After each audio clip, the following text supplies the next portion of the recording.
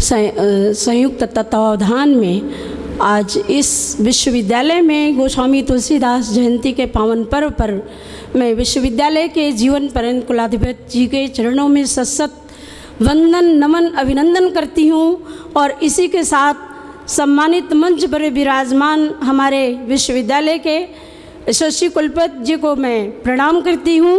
अयोध्या शोध संस्थान के निदेशक लोकेश जी को भी मैं प्रणाम करती हूँ और ये इस विश्वविद्यालय के यशस्वी वित्ताधिकारी जी को भी मैं प्रणाम करती हूँ और महात्मा गांधी विश्वविद्यालय के एसोसिएट प्रोफेसर त्रिपाठी जी को मैं सादर नमस्कार करती हूँ और बहुत ज़्यादा समय न लेते हुए मैं सीधे विषय पर आती हूँ।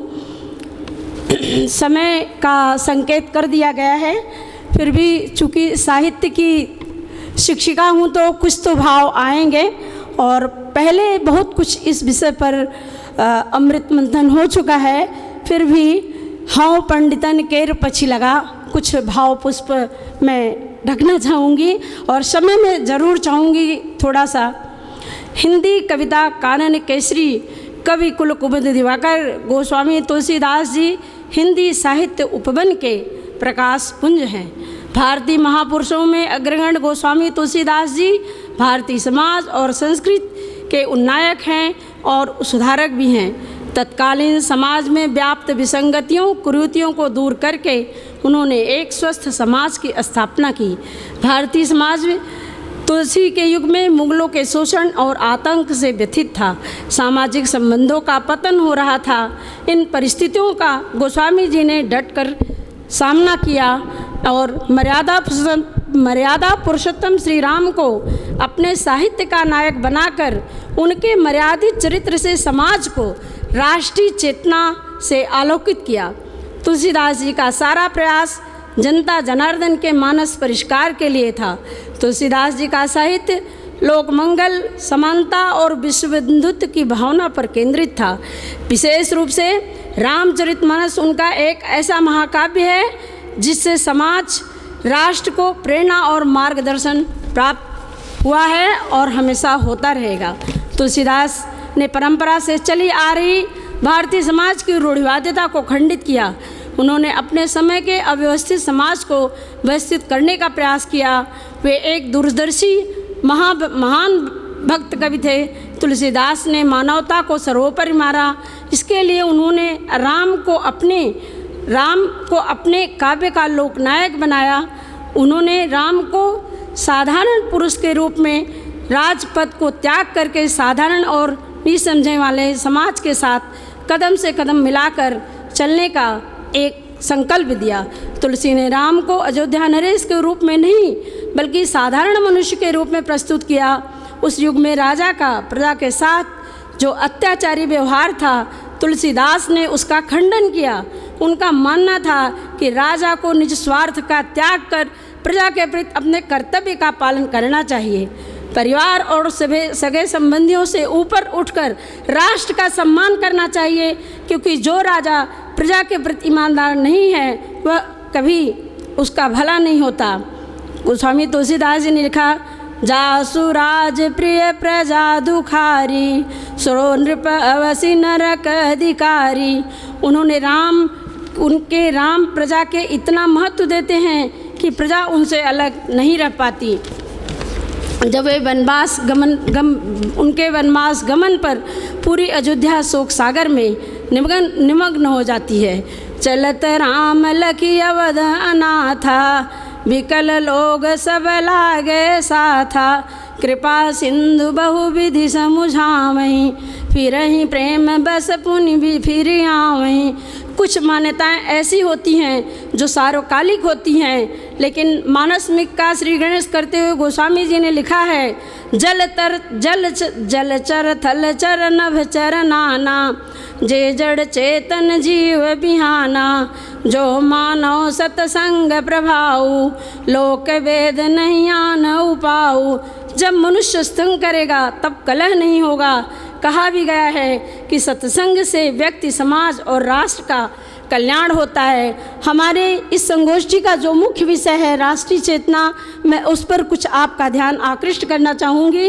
बहुत सारी बातें हो चुकी हैं, फिर भी कुछ बिंदु मैं आपके समक्ष प्रस्तुत करना चाहूँगी। अहिल्या गौतम के सांप से पत्थर बन गई थी, वह पत्थर बन गई थी। श्री राम ने उसे पराधीनता से मुक्ति दिलाई, उसे पुनः नारी रूप में सम्मानित किया। सबरी का उद्धार करना भी एक स्वतंत्रता सेनानी का कार्य है। सीता संस्कृति की रक्षा के लिए प्राणों की आहुति देने वाले जटायु को सम्मानित करना संग्राम सेनानी का सम्मान है। आतंक के पर्याय रावण को समाप्त करना विश्व को पुनः स्वतंत्र कराना है।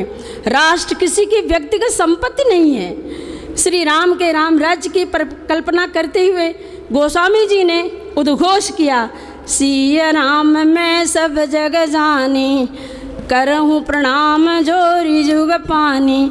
गोस्वामी तुलसीदास जी मानवतावादी कवि थे।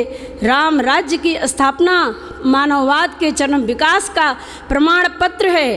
गोस्वामी तुलसी के आदर्श पुरुष राम तुलसी के लेखनी के आराध्य बनने से पूर्व कई महाकवियों की वाणी का अलंकार बन चुके थे। श्री राम का चरित्र ही गोस्वामी तुलसीदास जी की दृष्टि में सर्वगुण संपन्न लक्षित हुआ। युग की मांग थी ऐसा कोई लोक उपस्थित हो जो स्वयं नैतिक आदर्शों से परिपूर्ण हो। गोस्वामी जी को श्री राम ही भारतीय इतिहास में व्यक्ति के रूप में मानवीय गुणों से ओतप्रोत दिखाई पड़े और उन्होंने अपने रामचरितमानस के विस्तृत फलक पर राम जैसा ही आदर्श पुरुष नायक के रूप में परिभाषित किए। हमारे राष्ट्रपिता महात्मा गांधी ने जब आधुनिक भारत के राम राज्य की परिकल्पना की थी तो उनके मूल में गोस्वामी तुलसीदास का राम राज्य का दर्पण ही था। राम राज्य ही था जो आधुनिक संदर्भों में प्रासंगिक हो सकता है। कवि समाज का पुरोधा एवं मनीषी माना जाता है। गोस्वामी जी काल निरपेक्ष कवि हैं। उनकी कालजयी लेखनी अमर है। निष्कर्ष रूप में कहा जा सकता है कि राम भारतीय संस्कृति के प्रबल पक्षधर हैं, विश्व मंगल के मुखर समर्थक हैं, जिसका प्रतिबिंब रामचरितमानस में परिलक्षित होता है। हरिओत जी के शब्दों में कविता करके तुलसी नल से कविता पालसी तुलसी की कला, कविता करके तुलसी नल से कविता पालसी तुलसी की कला। बातें बहुत हैं, बहुत लंबा शोध पत्र है, लेकिन मैं सम्मानित मंच और समस्त विद्वानों को प्रणाम करते हुए अपने वाणी को विराम देते हुए तुलसीदास जी के लिए एक भाव प्रस्तुत करना चाहूँगी। तुलसी न आते यदि प्रेम का प्रकाश लिए, सदियों से सोते हुए देश को जगाता कौन। तुलसी न आते यदि प्रेम का प्रकाश लिए, सदियों से सोते हुए देश को जगाता कौन। भाषा का भंडार भर मानस के मोतियों से, भाषा का भंडार भर मानस के मोतियों से, हिंदी को हिमालय की चोटियों पर चढ़ाता कौन। भाषा का भंडार कर मानस के मोतियों से, हिंदी को हिमालय की चोटियों पर चढ़ाता कौन। धन्यवाद। नमो राघवाय। सम्मानित मंच समस्त विशिष्ट अतिथिजनों को प्रणाम करते हुए मैं अपने वाणी को विराम देती हूँ। धन्यवाद। नमो राघवाय।